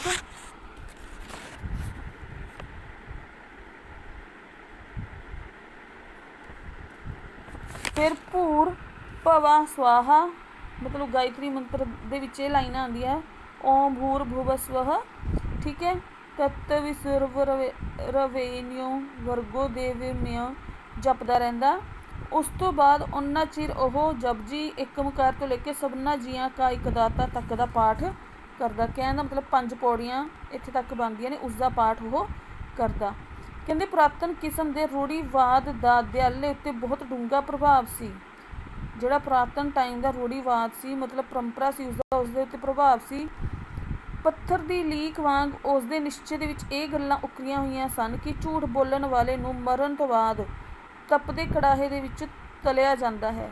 ਬੇਈਮਾਨੀ ਕਰਨ ਵਾਲੇ ਨੂੰ ਜਮਦੂਦਾਂ ਦੇ ਗੁਰਜ ਖਾਣੇ ਪੈਂਦੇ ਨੇ। ਪਰਾਈ ਜਨਾਨੀ ਵੱਲ ਬੁਰੀ ਨਜ਼ਰ ਤੱਕਣ ਵਾਲਾ ਬਲ ਦੇ ਭਾਂਬੜਾਂ 'ਚ ਸੁੱਟਿਆ ਜਾਂਦਾ ਹੈ ਅਤੇ ਆਦਿ। ਕਹਿੰਦੇ ਆਪਣੇ ਆਪ ਨੂੰ ਇਸ ਕਿਸਮ ਦੇ ਭਾਵੀ ਕਸ਼ਟਾਂ ਤੋਂ ਸੁਰੱਖਿਅਤ ਰੱਖਣ ਦੇ ਲਈ ਉਹ ਬੜਾ ਸੰਭਲ ਕੇ ਚੱਲਦਾ ਹੈ। ਕਹਿੰਦੇ ਦਿਆਲੇ ਦਾ ਸਥਾਈ ਠਿਕਾਣਾ ਬਸ ਠਾਕੁਰ ਦੁਆਰਾ ਹੀ ਸੀ। ਜਿਹੜਾ ਦਿਆਲਾ ਸੀ ਉਸਦਾ ਜਿਹੜਾ ਟਿਕਾਣਾ ਸੀ ਉਹ ਠਾਕੁਰ ਦੁਆਰਾ ਹੀ ਸੀ, ਜਿੱਥੇ ਵਡੇਰੀ ਉਮਰ ਦਾ ਇੱਕ ਕੰਨ ਪਾਟਾ ਜੋਗੀ ਪੁਜਾਰੀ ਦੇ ਤੌਰ 'ਤੇ ਮੁੱਦਤ ਤੋਂ ਰਹਿ ਰਿਹਾ ਸੀ। ਕਹਿੰਦੇ ਨਾਥ ਦਾ ਤੇ ਦਿਆਲੇ ਦਾ ਜੁੱਟ ਕਾਫੀ ਪੁਰਾਣਾ ਸੀ। ਨਾਥ ਤੇ ਦਿਆਲਾ ਕਾਫੀ ਪੁਰਾਣੇ ਟਾਈਮ ਤੋਂ ਰਹਿ ਰਹੇ ਸੀ। ਦੋਵੇਂ ਕੁਝ ਇਸ ਤਰ੍ਹਾਂ ਇੱਕ ਦੂਜੇ ਦੇ ਲਈ ਜ਼ਰੂਰੀ ਹੋ ਗਏ ਸਨ ਕਿ ਨਾ ਉਸ ਤੋਂ ਬਿਨਾਂ ਤੇ ਨਾ ਹੀ ਉਸਦੇ ਬਿਨਾਂ ਗੁਜ਼ਾਰਾ ਚੱਲ ਸਕਦਾ ਸੀ। ਪਰ ਇੰਨਾ ਹੋਣ 'ਤੇ ਵੀ ਕਦੇ ਕਦਾਈ ਦੋਹਾਂ ਵਿੱਚ ਖਟਪਟੀ ਹੋਇਆ ਕਰਦੀ ਸੀ। ਕਹਿੰਦੇ ਜਿਹੜਾ ਠਾਕੁਰ ਦੁਆਰਾ ਸੀ ਉਸਦੇ ਵਿੱਚ ਨਾਥ ਕਨਪਾਟਾ ਜੋਗੀ ਰਹਿੰਦਾ ਸੀ, ਜਿਸ ਦੇ ਨਾਲ ਉਸਦੀ ਕਈ ਵਾਰ ਖਟਪਟ ਵੀ ਹੋ ਜਾਂਦੀ ਸੀ, ਪਰ ਫਿਰ ਵੀ ਉਹ ਬਾਅਦ ਦੇ ਵਿੱਚ ਭੁਲਾ ਕੇ ਫਿਰ ਉਵੇਂ ਹੋ ਜਾਂਦੇ ਸੀ। ਕਹਿੰਦੇ ਨਾਥ ਇੱਕ ਤਾਂ ਉਮਰ ਦੇ ਵਜੋਂ 70-72 ਵਰ੍ਹਿਆਂ ਦਾ ਹੋਣ ਕਰਕੇ ਅਕਸਰ ਰੋਗੀ ਰਹਿੰਦਾ ਸੀ, ਦੂਜਾ ਸੁਭਾਅ ਦਾ ਕੌੜਾ ਸੀ, ਤੀਜਾ ਅੱਤ ਦਰਜੇ ਦਾ ਸੁਲਫਈ ਹੋਣ ਕਰਕੇ ਗੁੱਸਾ ਉਸਨੂੰ ਨਿਗੂਣੀ ਜਿਹੀ ਗੱਲ 'ਤੇ ਚੜ੍ਹਿਆ ਜਾਇਆ ਕਰਦਾ ਸੀ। ਸੁਲਫਾ ਵੀ ਪੀਂਦਾ ਸੀ ਨਾਥ। ਕਹਿੰਦੇ ਗੁੱਸੇ ਦੀ ਹਾਲਤ ਦੇ ਵਿੱਚ ਜੋ ਵੀ ਉਹਦੇ ਮੂੰਹੋਂ ਆਉਂਦਾ ਬੋਲ ਜਾਂਦਾ। ਕਈ ਵਾਰ ਤਾਂ ਗੁੱਸੇ ਦੇ ਪਾਤਰ ਉੱਤੇ ਉਹ ਧੂਣੀ ਵੱਲ ਚਿਮਟਾ ਵਰਤਨੋਂ ਵੀ ਸੰਕੋਚ ਨਾ ਕਰਦਾ। ਕਹਿੰਦੇ ਸ਼ਾਇਦ ਇਹੀ ਵਜ੍ਹਾ ਸੀ ਕਿ ਕੋਈ ਵੀ ਚੇਲਾ ਬਾਲਾ ਉਸ ਪਾਸ ਬਹੁਤਾ ਚਿਰ ਨਹੀਂ ਸੀ ਟਿਕਦਾ। ਕੇਵਲ ਇੱਕ ਦਿਆਲਾ ਹੀ ਪਤਾ ਨਹੀਂ ਕਿਸ ਮਿੱਟੀ ਦਾ ਕਹਿੰਦੇ ਘੜਿਆ ਹੋਇਆ ਸੀ, ਜਿਹੜੇ ਪਿਛਲੇ 10 ਸਾਲਾਂ ਤੋਂ ਉਸਦਾ ਸਾਥ ਨਿਭਾਈ ਚੱਲਦਾ ਆ ਰਿਹਾ ਸੀ। ਬੋਕਰ ਬੁਹਾਰੀ ਤੋਂ ਲੈ ਕੇ ਧੂਣੀ ਬਾਲਣ ਲਿਆਉਣ ਤੱਕ ਦੀਆਂ ਸਭ ਜ਼ਿੰਮੇਵਾਰੀਆਂ ਕੀ ਹੈ ਦਿਆਲੇ ਨੇ ਉਸ ਠਾਕਰ ਦੁਆਰੇ ਦੇ ਵਿੱਚ ਸਾਂਭੀਆਂ ਹੋਈਆਂ ਸਨ। ਕਹਿੰਦੇ ਨਾਥ ਦੇ ਜਿੰਮੇ ਜੇ ਕੋਈ ਕੰਮ ਸੀ ਤਾਂ ਰੋਜ਼ਾਨਾ ਪਿੰਡ ਵਿੱਚ ਜਾ ਕੇ ਮਧੂਕੜੀ ਮੰਗ ਲਿਆਉਣੀ, ਮਤਲਬ ਭਿੱਖਿਆ ਮੰਗ ਕੇ ਲਿਆਉਣੀ। ਮਧੂਕੜੀ ਮਤਲਬ ਰੋਟੀ ਪਾਣੀ, ਠੀਕ ਹੈ, ਮਧੂਕੜੀ ਭਿੱਖਿਆ। ਤੇ ਲੜਾਈ ਦਾ ਵਧੇਰੇ ਸਬੱਬ ਵੀ ਇਹੋ ਮਧੂਕੜੀ ਦਾ ਮਸਲਾ ਹੀ ਹੋਇਆ ਕਰਦਾ। ਜਦ ਕਦੇ ਬਿਮਾਰ ਹੋਣ ਕਰਕੇ ਨਾਥ ਪਿੰਡ 'ਚ ਜਾਣ ਤੋਂ ਕਹਿੰਦੇ ਅਸਮਰੱਥ ਹੁੰਦਾ ਤਾਂ ਦਿਆਲਾ ਉਸ ਨੂੰ ਇਸ ਕੰਮ ਦੀ ਫਰਮਾਇਸ਼ ਪਾ ਦਿੰਦਾ। ਤਾਂ ਉਹ ਦਿਆਲੇ ਨੂੰ ਇਸ ਕੰਮ ਦੀ ਫਰਮਾਇਸ਼ ਪਾ ਦਿੰਦਾ। ਪਰ ਦਿਆਲੇ ਦੀ ਤਾਂ ਉਹ ਗੱਲ ਸੀ ਕਿ ਰੱਸੀ ਸੜ ਗਈ ਪਰ ਵਟ ਨਾ ਗਿਆ। ਕਹਿੰਦੇ ਖੱਤਰੀਆਂ ਦਾ ਪੁੱਤਰ ਹੋ ਕੇ ਉਹ ਗਜਾ ਕਰਨ ਜਾਵੇ ਤਾਂ ਉਹਨਾਂ ਲੋਕਾਂ ਪਾਸੋਂ ਜਿਹੜੇ ਉਸਦੇ ਉਹ ਵੀ ਉਹਨਾਂ ਲੋਕਾਂ ਪਾਸੋਂ ਜਿਹੜੇ ਉਸ ਪਰਿਵਾਰ ਕਬੀਲੇ ਦੇ ਵਿੱਚ ਸਨ। ਕਹਿਣ ਦਾ ਮਤਲਬ ਉਹ ਨਹੀਂ ਚਾਹੁੰਦਾ ਕਿ ਉਹ ਇੱਕ ਖੱਤਰੀ ਹੋ ਕੇ ਰੋਟੀ ਮੰਗ ਕੇ ਲਿਆਵੇ, ਉਹ ਵੀ ਉਸਦੇ ਪਰਿਵਾਰਿਕ ਕਬੀਲਿਆਂ ਦੇ ਵਿੱਚੋਂ। ਸੋ ਇਸ ਗੱਲ ਨੂੰ ਉਹ ਮਤਲਬ ਅਪਮਾਨ ਸਮਝਦਾ ਸੀ ਇਸ ਦੇ ਵਿੱਚ। ਦੂਸਰੀ ਅਣਬਣ ਜਿਹੜੀ ਉਹਨਾਂ ਦੋਹਾਂ ਦੇ ਵਿੱਚ ਕਦੇ ਕਦੇ ਹੋ ਜਾਂਦੀ ਸੀ ਉਹ ਸੀ ਚਿਲਮ ਦਾ ਬਿਖੇੜਾ। ਕਹਿੰਦੇ ਨਾਥ ਨੂੰ ਸ਼ਿਕਾਇਤ ਸੀ ਕਿ ਇਹ ਭੜੂਆ ਖਾਣ ਦਾ ਚਟੂਰਾ ਹੈ। ਭੜੂਆ ਮਤਲਬ ਦਿਆਲਾ ਵੀ ਫਰੀ ਖਾਣ ਵਾਲਾ, ਵੀ ਖਾਣ ਦਾ ਚਟੂਰਾ ਹੈ, ਕਿਸੇ ਮਰਜ਼ ਦਾ ਦਾਰੂ ਹੈ ਵੀ ਜੇ ਚਿਲਮ ਭਰ ਕੇ ਵੀ ਨਹੀਂ ਦੇ ਸਕਦਾ। ਚਿਲਮ ਨਸ਼ਿਆਂ ਨਾਲ ਸੰਬੰਧਿਤ ਚੀਜ਼ ਹੈ ਵੀ, ਠੀਕ ਹੈ। ਪਰ ਦਿਆਲਾ ਮਜਬੂਰ ਸੀ। ਕਹਿੰਦੇ ਉਹ ਤਾਂ ਸਾਹਿਬਾਂ ਦਾ ਸਿੱਖ ਸੀ, ਚਿਮਲ ਨੂੰ ਕਿੱਕਣ ਛੂਵੇ, ਵੀ ਜਿਹੜੀ ਚਿਲਮ ਹੈ ਉਸਨੂੰ ਕਿਸ ਤਰ੍ਹਾਂ ਛੂੰਹਦਾ ਸੀ, ਕਿਉਂਕਿ ਉਹ ਇੱਕ ਗਿਆਨੀ ਧਿਆਨੀ ਧਾਰਮਿਕ ਬੰਦਾ ਸੀ। ਉਹ ਨਸ਼ੇ ਤੋਂ ਪਰਾਂ ਰਹਿੰਦਾ ਸੀ, ਇਸ ਕਰਕੇ ਕਹਿੰਦੇ ਉਹ ਸੋਚਦਾ ਸੀ ਕਿ ਉਹ ਸਾਹਿਬਾਂ ਦਾ ਸਿੱਖ ਹੈ, ਉਹ ਚਿਲਮ ਨੂੰ ਕਿਸ ਤਰ੍ਹਾਂ ਛੋਵੇ। ਕਹਿੰਦੇ ਉਸ ਦੇ ਮਨ ਨੂੰ ਜ਼ਿਆਦਾ ਲੋਹਣੀ ਉਦੋਂ ਲੱਗਦੀ ਜਦੋਂ ਅਮਲ ਦੀ ਤੋਟ ਵਿੱਚ ਛਿੱਧਾ ਪਿਆ ਹੋਇਆ ਨਾਥ ਉਸਨੂੰ ਗਾਲਾਂ ਕੱਢਣ ਤੋਂ ਛੂਟ ਉਸਦੇ ਸਾਹਿਬਾਂ ਦੀ ਸ਼ਾਨ ਦੇ ਵਿੱਚ ਕੁਝ ਕੋੜੀਆਂ ਕਸੈਲੀਆਂ ਗੱਲਾਂ ਮੂੰਹੋਂ ਕੱਢ ਦਿੰਦਾ। ਤੇ ਉੱਤਰ ਵਿੱਚ ਜਦੋਂ ਦਿਆਲਾ ਆਪਣੇ ਸਾਹਿਬਾਂ ਦੀਆਂ ਕਰਾਮਾਤਾਂ ਗਿਣ ਗਿਣ ਕੇ ਸੁਣਾਉਣੀਆਂ ਸ਼ੁਰੂ ਕਰਦਾ ਤਾਂ ਨਾਥ ਦਾ ਪਾਰਾ ਹੋਰ ਚੜ੍ਹ ਜਾਂਦਾ। ਕਹਿੰਦੇ ਉਹ ਇੱਥੇ ਤੱਕ ਕਹਿ ਉੱਠਦਾ, ਅਰੇ ਬੜੇ ਦੇਖੇ हैं ऐसे पाखंडी, इतना जो करामाती है तेरा वो गुरु, तो फिर तुझे राजा नवाब क्यों नहीं बना देता, जो कुत्ते की तरह यहाँ पे पड़ा है। ਮਤਲਬ ਜੋ ਨਾਥ ਹੈ ਗੁੱਸੇ ਦੇ ਵਿੱਚ ਆ ਕੇ ਸਾਹਿਬਾਂ ਦੇ ਵਿਰੁੱਧ ਦਿਆਲੇ ਨੂੰ ਇਹ ਗੱਲਾਂ ਬੋਲਦਾ ਵੀ ਤੇਰੇ ਸਾਹਿਬਾਂ ਦੇ ਵਿੱਚ ਸ਼ਕਤੀ ਹੈ ਤਾਂ ਇਹ ਤੈਨੂੰ ਇੱਥੇ ਕਿਉਂ ਪੈਣ ਦਿੱਤਾ, ਮਤਲਬ ਰਹਿਣ ਦਿੱਤਾ। ਕਹਿੰਦੇ ਨਾਥ ਦੀਆਂ ਇਸ ਕਿਸਮ ਦੀਆਂ ਸਾੜਵੀਆਂ ਚੋਬਵੀਆਂ ਗੱਲਾਂ ਸੁਣ ਕੇ ਕਈ ਵਾਰ ਤਾਂ ਦਿਆਲੇ ਦਾ ਮਨ ਇੰਨਾ ਦੁਖੀ ਹੋ ਜਾਂਦਾ ਕਿ ਉਹ ਉਸੇ ਘੜੀ ਉੱਠ ਤੁਰਨ ਦੇ ਲਈ ਤਿਆਰ ਹੋ ਪੈਂਦਾ। ਪਰ ਨਾਥ ਵੀ ਤਾਂ ਇਸ ਗੱਲੋਂ ਅਣਜਾਣ ਸੀ ਕਿ ਇਹੋ ਜਿਹਾ ਸਸਤਾ ਤੇ ਅੱਤ ਦਰਜੇ ਦਾ ਅੰਥਕ ਸੇਵਾਦਾਰ ਉਸਨੂੰ ਅੱਜ ਦੇ ਜ਼ਮਾਨੇ ਵਿੱਚ, ਜਦੋਂ ਕਿ ਲੜਾਈ ਨੇ ਹਰ ਕਿਸੇ ਦੇ ਰੁਜ਼ਗਾਰ ਲਈ ਮੈਦਾਨੇ ਜੰਗ ਦੇ ਬੂਹੇ ਖੋਲ੍ਹ ਰੱਖੇ ਸਨ, ਲੱਭਣਾ ਮੁਸ਼ਕਿਲ ਹੈ। ਫਿਰ ਉਹ ਪਿਆਰ ਪੁੱਛ ਕਰਕੇ ਕਹਿੰਦੇ ਦਿਆਲੇ ਦਾ ਕੀ ਹੈ ਗੁੱਸਾ ਠੰਡਾ ਕਰ ਦਿੰਦਾ, ਕਿਉਂਕਿ ਉਸਨੂੰ ਪਤਾ ਸੀ ਕਿ ਦਿਆਲਾ ਬਹੁਤ ਮਿਹਨਤੀ ਹੈ, ਫ੍ਰੀ 'ਚ ਕੰਮ ਕਰਦਾ ਹੈ। ਜੇਕਰ ਇਹ ਇੱਥੋਂ ਚਲਾ ਗਿਆ ਤਾਂ ਕੌਣ ਮੇਰੀ ਪੁੱਛ ਕਰੇਗਾ। ਸੋ ਕਹਿੰਦੇ ਨਿੱਤ ਦਿਹਾੜੀ ਦੀ ਇਸ ਕਿਸਮ ਦੂਰੇ ਫਿੱਟੇ ਸਹਿੰਦਿਆਂ ਜਦ ਕਦੇ ਦਿਆਲੇ ਦਾ ਸਬਰ ਉੱਕਾ ਹੀ ਬੇਕਾਬੂ ਹੋ ਉੱਠਦਾ ਤਾਂ ਉਹ ਆਪਣੇ ਉੱਤੇ ਉਸਨੂੰ ਤਰਸ ਵੀ ਆਉਣ ਲੱਗਦਾ ਤੇ ਗੁੱਸਾ ਵੀ। ਕਹਿੰਦੇ ਖੱਤਰੀਆਂ ਦੀ ਸੰਤਾਨ ਹੋ ਕੇ ਉਹ ਕਹਿੰਦਾ ਕਿ ਉਹ ਕਿਤਨਾ ਗਿਰ ਗਿਆ ਹੈ ਕਿ ਬੇਹੀਆਂ ਸਿੱਲੀਆਂ 2 ਚਪਾਤੀਆਂ ਦੇ ਬਦਲੇ ਉਸਦੇ ਨਾਲ ਹਰ ਵੇਲੇ ਕੁੱਤੇ ਖਾਣੀ ਹੁੰਦੀ ਰਹਿੰਦੀ। ਇਸ ਨਾਲੋਂ ਚੰਗਾ ਤਾਂ ਜੇ ਉਹ ਡੁੱਬ ਕੇ ਮਰ ਜਾਵੇ। ਕਹਿਣ ਮਤਲਬ ਦਿਆਲਾ ਕਈ ਵਾਰ ਆਪਣੇ ਆਪ ਬਾਰੇ ਸੋਚਦਾ, ਸੋਚ ਕੇ ਉਹ ਇਸ ਗੱਲ ਤੋਂ ਆਊਟ ਆਫ ਕੰਟਰੋਲ ਹੋ ਜਾਂਦਾ ਹੈ ਕਿ ਮੈਂ 2 ਰੋਟੀਆਂ ਪਿੱਛੇ ਇੱਥੇ ਠਾਕੁਰ ਦੁਆਰੇ 'ਚ ਬੈਠਾ ਇੰਨੀਆਂ ਗੱਲਾਂ ਸੁਣਦਾ ਆਪਣੇ ਸਾਹਿਬਾਂ ਬਾਰੇ, ਆਪਣੇ ਬਾਰੇ। ਕਹਿੰਦੇ ਇਸ ਤੋਂ ਚੰਗਾ ਤਾਂ ਉਹ ਡੁੱਬ ਕੇ ਮਰ ਜਾਵੇ। ਦਿਲ ਹੀ ਦਿਲ ਦੇ ਵਿੱਚ ਉਹ ਦਲੀਲਾਂ ਦੇ ਘੋੜੇ ਕਹਿੰਦੇ ਦੌੜਾਣੇ ਸ਼ੁਰੂ ਕਰਦੇ ਤੇ ਕਿਸੇ ਥਾਂ ਜਾਂ ਉਸਨੂੰ ਨੋ ਅੜ ਸਕਦਾ ਹੋਵੇ, ਪਰ ਜੇ ਕਿਤੇ ਵੀ ਤਾਂ ਕੋਈ ਠਾਹਰ ਉਸਨੂੰ ਵਿਖਾਈ ਨਹੀਂ ਦਿੰਦੀ ਸੀ। ਕਹਿੰਦੇ ਬੜੀ ਵਾਰਾਂ ਉਸਨੇ ਬਾਹਰ ਕਿਤੇ ਚਲੇ ਜਾਣ ਦੀ ਸਲਾਹ ਬਣਾਈ, ਪਰ ਕਦੇ ਵੀ ਉਸਦਾ ਮਨਸੂਬਾ ਸਿਰੇ ਨਾ ਚੜ੍ਹ ਸਕਿਆ। ਬਾਹਰ ਗੁਣਾਂ ਦੀ ਕਦਰ ਪੈਂਦੀ ਹੈ, ਨਿਰੇ ਹੱਡ ਮਾਸ ਦੇ ਪੁਤਲੇ ਨੂੰ ਕਿਸੇ ਨੇ ਕੀ ਲਾਗੇ ਵੀ ਨਹੀਂ ਫਟਕਣ ਦੇਣਾ। ਕਹਿਣ ਦਾ ਭਾਵ ਕਿ ਜੇਕਰ ਉਹ ਠਾਕੁਰ ਦੁਆਰਾ ਛੱਡ ਕੇ ਬਾਹਰ ਵੀ ਜਾਂਦਾ ਤਾਂ ਉਸਨੂੰ ਕੌਣ ਪੁੱਛੇਗਾ, ਕਿਉਂਕਿ ਬਾਹਰ ਵੀ ਗੁਣਾਂ ਦੀ ਹੀ ਕਦਰ ਪੈਂਦੀ ਹੈ। ਮੈਂ ਤਾਂ ਮਾਸ ਦਾ ਪੁਤਲਾ ਬਣਿਆ ਹੋਇਆ, ਮੈਨੂੰ ਕਿਸੇ ਨੇ ਕੀ ਪੁੱਛਣਾ। ਕਹਿੰਦੇ ਜਦੋਂ ਕਦੇ ਉਹ ਹਰ ਪਾਸੇ ਕਿਸਮਤ ਦੇ ਬੂਹੇ ਬੰਦ ਵੇਖਦਾ ਤਾਂ ਬਹੁਤ ਆਤੁਰ ਹੋ ਉੱਠਦਾ, ਉਤੇਜਿਤ ਹੋ ਉੱਠਦਾ ਤੇ ਹੁੱਸੜ ਕੇ ਪਿੱਪਲ ਵਾਲੇ ਥੜੇ ਤੇ ਜਾ ਵੜਦਾ ਤੇ ਡਾਢੇ ਹੀ ਵਿਰਾਗ ਦੇ ਵਿੱਚ ਕੀ ਹੈ ਗਾਣਾ ਸ਼ੁਰੂ ਕਰ ਦਿੰਦਾ। ਕਹਿੰਦੇ ਦੋਹੇ ਗੁਰੂ ਚੇਲੇ ਵਿੱਚ ਇੱਕ ਕਿਸਮ ਦੀ ਬੇਤਾਰ ਬਰਕੀ ਦਾ ਸਿਲਸਿਲਾ ਬਣ ਚੁੱਕਾ ਸੀ ਕਿ ਇੱਕ ਦੂਜੇ ਦੇ ਪ੍ਰਤੀ ਆਪਣੇ ਆਪ ਪ੍ਰਗਟ ਹੋ ਜਾਇਆ ਕਰਦੇ ਸਨ। ਜੋਗੀ ਨੂੰ ਪਤਾ ਸੀ ਕਿ ਇਹੋ ਜਿਹੇ ਭਜਨ ਦਿਆਲਾ ਉਦੋਂ ਹੀ ਉਚਾਰਦਾ ਹੈ ਜਦੋਂ ਉਸਦਾ ਮਨ ਉਪਰਾਮਤਾ ਦੀਆਂ ਕੀ ਹੈ ਹੱਦਾਂ ਤੋੜਨ ਵਾਲਾ ਹੋਵੇ। ਕਹਿੰਦੇ ਧੂਣੀ ਅੱਗੇ ਬੈਠਿਆ ਜਦੋਂ ਹੀ ਉਸਨੂੰ ਇਸ ਕਿਸਮ ਦੀਆਂ ਤੁਕਾਂ ਸੁਣਾਈ ਦਿੰਦੀਆਂ ਤਾਂ ਝੱਟ ਹੀ ਧੂਣੀ ਅੱਗੋਂ ਉੱਠ ਕੇ ਉਹ ਬਾਹਰ ਦਿਆਲੇ ਦੇ ਕੋਲ ਫਿਰ ਨਾਥ ਜਾ ਬੈਠਦਾ। ਉੱਧਰ ਦਿਆਲਾ ਉਸੇ ਵੈਰਾਗੀ ਲਿਹਾਜ਼ੇ ਦੇ ਵਿੱਚ ਗਾਈ ਜਾ ਰਿਹਾ ਹੁੰਦਾ ਅਤੇ ਭਜਨ ਦੀ ਸਮਾਪਤੀ ਤੋਂ ਬਾਅਦ ਜਦੋਂ ਦਿਆਲਾ ਨਾਥ ਨੂੰ ਗੋਡੇ ਮੁੱਢ ਬੈਠਿਆਂ ਤੱਕਦਾ ਉਸਦੀ ਅੱਖਾਂ ਦੇ ਵਿੱਚ ਉਪਰਾਮਤਾ ਦਾ ਰੰਗ ਦੇਖਦਾ ਤਾਂ ਉਸਦਾ ਗੁੱਸਾ ਦੂਰ ਹੋ ਜਾਂਦਾ ਤੇ ਉਪਰਾਮਤਾ ਵੀ, ਜਿਵੇਂ ਸੱਚਮੁੱਚ ਗੱਜ ਬੰਦ ਛੁਡਾਉਣ ਦੇ ਲਈ ਨਾਥ ਜੀ ਨੇ ਆ ਕੇ ਦਰਸ਼ਨ ਦਿੱਤੇ ਹੋਣ। ਗੱਜ ਇਹਦੇ ਵਿੱਚ ਹਾਥੀ ਨੂੰ ਕਿਹਾ ਗਿਆ ਹੈ, ਪਰ ਕਹਿੰਦੇ ਇਸਦਾ ਮਤਲਬ ਇਹ ਨਹੀਂ ਕਿ ਨੀਰਾ ਦਿਆਲੇ ਨੂੰ ਹੀ ਨਾਥ ਦੇ ਟੁਕੜਿਆਂ ਨੇ ਉਸ ਉਜੜੇ ਜਿਹੇ ਠਾਕੁਰ ਦੁਆਰੇ ਤੇ ਇਸ ਛੋਟੇ ਜਿਹੇ ਪਿੰਡ ਵਿੱਚ ਬੰਨ ਰੱਖਿਆ ਹੋਵੇ। ਇੱਕ ਹੋਰ ਵੀ ਰਿਸਕ ਫਾਹੀ ਸੀ ਜਿਹੜੀ ਉਸਦਾ ਗਲਾ ਨਹੀਂ ਸੀ ਛੱਡਦੀ, ਉਹ ਸੀ ਦਰਿਆ ਜਹਿਲਮ ਦਾ ਬੇਲਾ। ਕਹਿੰਦੇ ਇਹ ਵੀ ਇੱਕ ਕਾਰਨ ਸੀ ਕਿ ਉਹ ਠਾਕੁਰ ਦੁਆਰੇ ਰਹਿੰਦਾ ਸੀ, ਦਰਿਆ ਜਹਿਲਮ ਦਾ ਜੋ ਬੇਲਾ ਸੀ ਉਸ ਕਾਰਨ। ਕਹਿੰਦੇ ਉਂਝ ਤਾਂ ਜਹਿਲਮ ਦੇ ਦੋਹਾਂ ਕਿਨਾਰਿਆਂ ਉੱਤੇ ਮੀਲਾਂ ਤੱਕ ਫੈਲਿਆ ਹੋਇਆ ਸੀ, ਜੋ ਆਪਣੇ ਆਪ ਦੇ ਵਿੱਚ ਇੱਕ ਅਨੋਖੀ ਖਿੱਚ ਰੱਖਦਾ ਸੀ। ਪਰ ਕਹਿੰਦੇ ਖਾਸ ਤੌਰ ਤੇ ਚੱਕ ਹਮੀਦ ਤੋਂ ਲੈ ਕੇ ਚੱਕ ਜਾਨੀ ਤੱਕ 7 ਮੀਲ ਲੰਮਾ 3 ਮੀਲ ਚੌੜਾ ਇੱਕ ਟੁਕੜਾ ਕੁਝ ਵੱਖਰੀ ਹੀ ਸ਼ਾਨ ਦਾ ਮਾਲਿਕ ਸੀ। ਕਹਿੰਦੇ ਆਪਣੇ ਲੰਗੋਟੇ ਬੇਲੀਆਂ ਜਿਵੇਂ ਖਾਨੂ ਘੁਮਿਆਰ ਇਹ ਉਸਦੇ ਦੋਸਤ ਸੀ ਜਿਹੜੇ ਕਿ ਬਚਪਨ ਦੇ ਸੀ। ਖਾਨੂ ਘੁਮਿਆਰ, ਸੀਤੋ ਬ੍ਰਾਹਮਣ, ਫੱਜੇ ਤੇਲੀ, ਜੁੰਮੇ ਜੱਟ ਆਦਿ 54 ਗੱਭਰੂਆਂ ਨੇ ਰਲ ਕੇ ਜਦੋਂ ਵੀ ਕਦੇ ਬੇਲੇ ਦੀ ਸੈਰ ਨੂੰ ਨਿਕਲਣਾ ਤਾਂ ਬੇਲਾ ਮਤਲਬ ਜੇਹਲਮ ਦਰਿਆ ਦਾ ਜੋ ਕਿਨਾਰਾ ਹੈ, ਤਾਂ ਉਸਦੇ ਸਾਥੀ ਬਿਨਾਂ ਪਤਿਓਂ ਨਸ਼ਿਆ ਜਾਂਦੇ। ਕਹਿੰਦੇ ਜਿਉਂ ਜਿਉਂ ਉਹਨਾਂ ਦੇ ਕਦਮ ਬੇਲੇ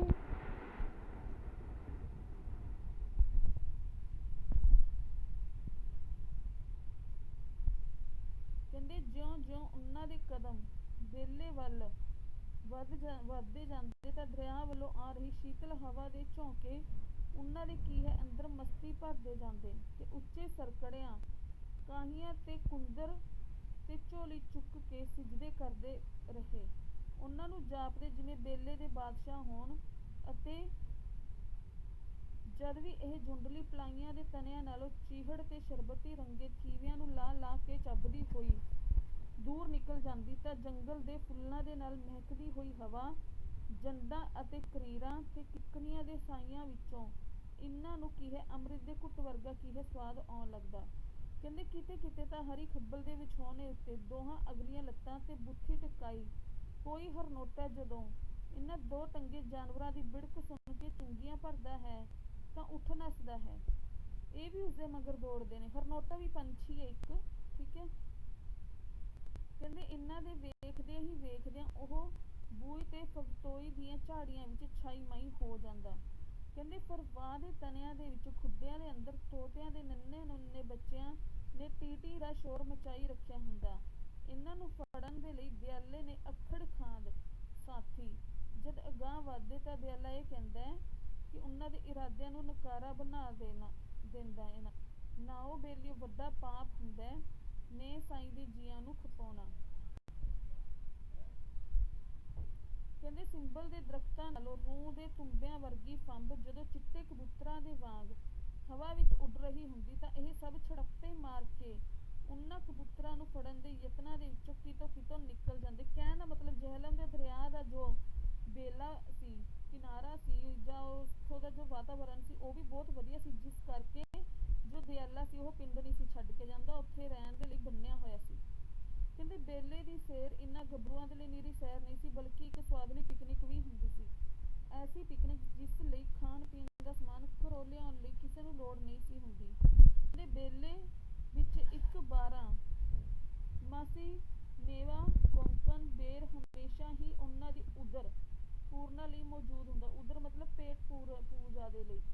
ਕਹਿੰਦੇ ਉਸ ਤੋਂ ਛੁੱਟ ਜੰਗਲੀ ਫਾਗੜੀਆਂ ਮਤਲਬ ਅੰਜੀਰ ਤਾਂ ਇਤਨੀ ਬਹੁਤਾਤ ਵਿੱਚ ਸਨ ਕਿ ਦੋਹਾਂ ਤਿੰਨਾਂ ਦਰਖਤਾਂ ਦੇ ਫਲਾਂ ਦੇ ਨਾਲ ਸਭਨਾਂ ਦਾ ਕੀ ਹੈ ਰੱਜ ਹੋ ਜਾਂਦਾ।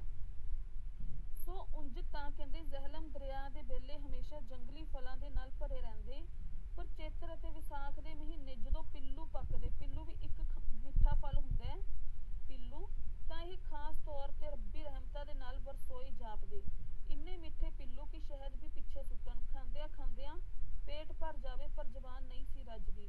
ਕਹਿੰਦੇ ਇਹਨਾਂ ਵੇਲਿਆਂ ਦੇ ਵਾਤਾਵਰਨ ਦੇ ਵਿੱਚ ਇੰਨੀ ਦਿਨ ਇੱਕ ਅਨੋਖੇ ਕਿਸਮ ਦੀ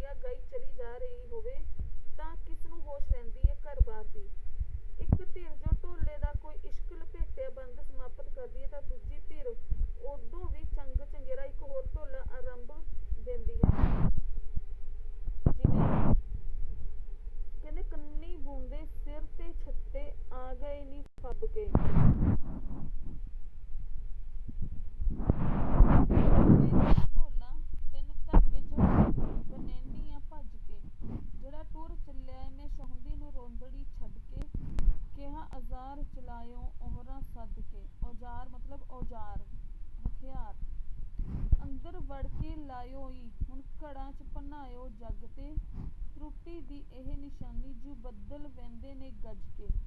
ਇੱਕ ਵਾਰੀ ਉਹ ਰਾਹ ਉਹ ਪਰਤੀ ਉਹ ਢੋਲਾ ਵਤ ਟੁਰ ਵੰਜੀ ਦਿਲੋਂ ਦੀਆਂ ਦੱਸ ਕੇ। ਕਹਿਣ ਦਾ ਮਤਲਬ ਢੋਲੇ ਦੀ ਉਡੀਕ ਦੇ ਵਿੱਚ ਇਹ ਜੋ ਗੀਤ ਹੈ ਗਾਇਆ ਜਾਂਦਾ ਹੈ, ਜੋ ਕਿ ਚਲਾ ਜਾਂਦਾ ਹੈ ਤਾਂ ਉਸ ਨੂੰ ਆਪਣੇ ਸੀਨੇ ਦੇ ਵਿੱਚ ਹਥਿਆਰ ਲੱਗਦੇ ਪ੍ਰਤੀਤ ਹੁੰਦੇ ਨੇ। ਉਹਨੂੰ ਕਹਿੰਦੀ ਹੈ ਕਿ ਤੂੰ ਇੱਕ ਵਾਰ ਆ ਤੇ ਫਿਰ ਚਲਾ ਜਾਵੀਂ ਦਿਲ ਦੀਆਂ ਜੋ ਦੱਸ ਕੇ ਮੇਰੀਆਂ ਸੁਣ ਕੇ ਬਰਬਾਦ